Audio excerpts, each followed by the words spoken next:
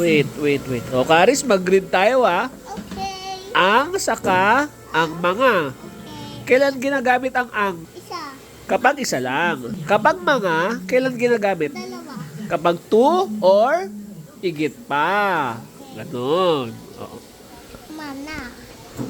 Okay. Correct? Ang aso. Correct? Mana aso. Correct? Ang mais. Correct? Mana mais. Correct?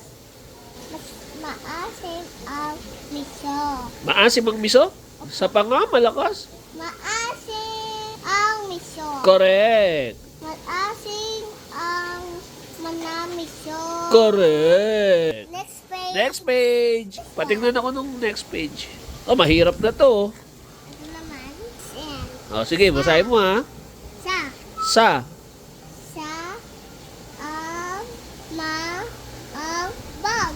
Bag. Okay, wag mo takpan yung letters. Turo mo lang dito sa ibaba. Okay. Okay. Next. Sa parke. Sa sama ang aso. Parke. Correct. Aso. Correct.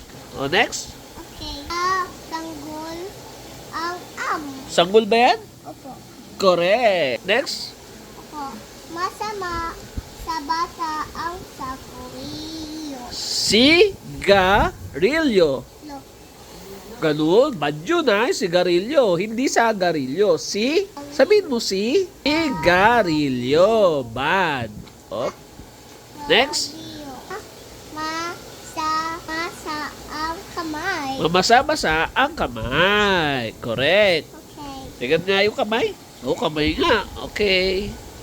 Masama ang maaway. Mag-away. Ping, ping. Masama ang mag-away. Next. Sama ang aso sa bata. Aso ba yun? Aso sa bata. Correct. Sa mama. Sasama sa mama. Okay, last two. Okay. Ang sama.